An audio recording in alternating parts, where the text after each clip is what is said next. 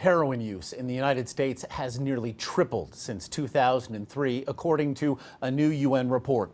We've been following one man's struggle to break free from heroin's deadly grip. And tonight, correspondent DeMarco Morgan and producer Jonathan Blakely continue our series, In the Shadow of Death, Jason's Journey. Over the past 3 days, what's in your system? Like, what have I done? Yeah. Heroin, Klonopins, Xanax, cocaine, crack.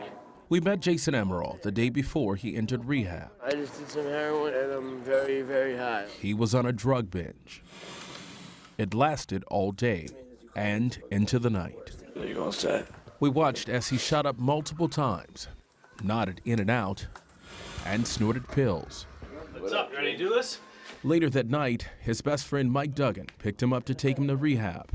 Duggan is a recovering addict who's been clean 7 years. It's life and death. Like, you will die if you don't get it this time. Good morning, Jason. How are you? Jason walked through the doors of Recovery Centers of America, or RCA, with multiple drugs in his system. He was visibly uncomfortable as he turned over the pills he had stashed in his backpack, but said he was determined to get clean. If I want a family, I'm gonna have to realize I cannot use heroin. Like, there's no functioning heroin addict. You know what I mean? So like, I'm gonna have to want a family and a job and a life more than I want to use heroin. During 4 weeks at RCA, Jason was slowly weaned off opioids. Good. All right, rest. Replaced by physical activities and various forms of therapy. I'm never gonna overdose. My brother won't overdose. The program at RCA usually costs $25,000, but his friend Mike Duggan partnered with the Arlington, Massachusetts Police Department to get him into RCA on scholarship. But for many people, finding help isn't easy.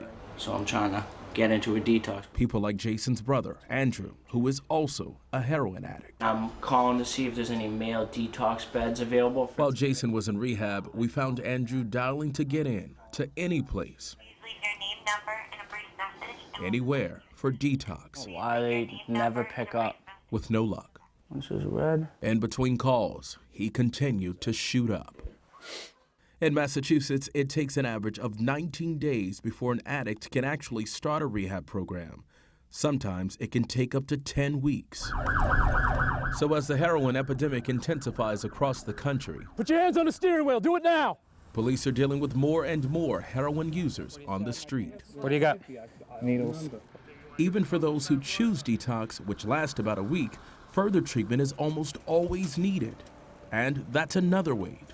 About 50,000 people go to detox each year in Massachusetts, but there are only 3,000 public beds for next step treatment. So that means that even if you want it and you will do anything possible to transition to the next step in your program, there's no guarantee there's going to be a spot available for you. So I've worked with... Also, some people go through detox and they're sent home. That's what happened to Jason's brother, Andrew. He finally found a bed for a week of detox, but could not find a follow-up facility. Back on the street, he was back on heroin. He's running around Boston getting high again, so... Jason was distraught when he heard the news. Can you, like, stop the camera for a second? The U.S. government has approved $94 million in extra funding for addiction treatment across 45 states. In our next segment, we'll update you on Jason's progress out of rehab. Josh? Marco, this story gets no easier to watch, but it is vital reporting that you and Jonathan have done. Thank you for it. Thank you.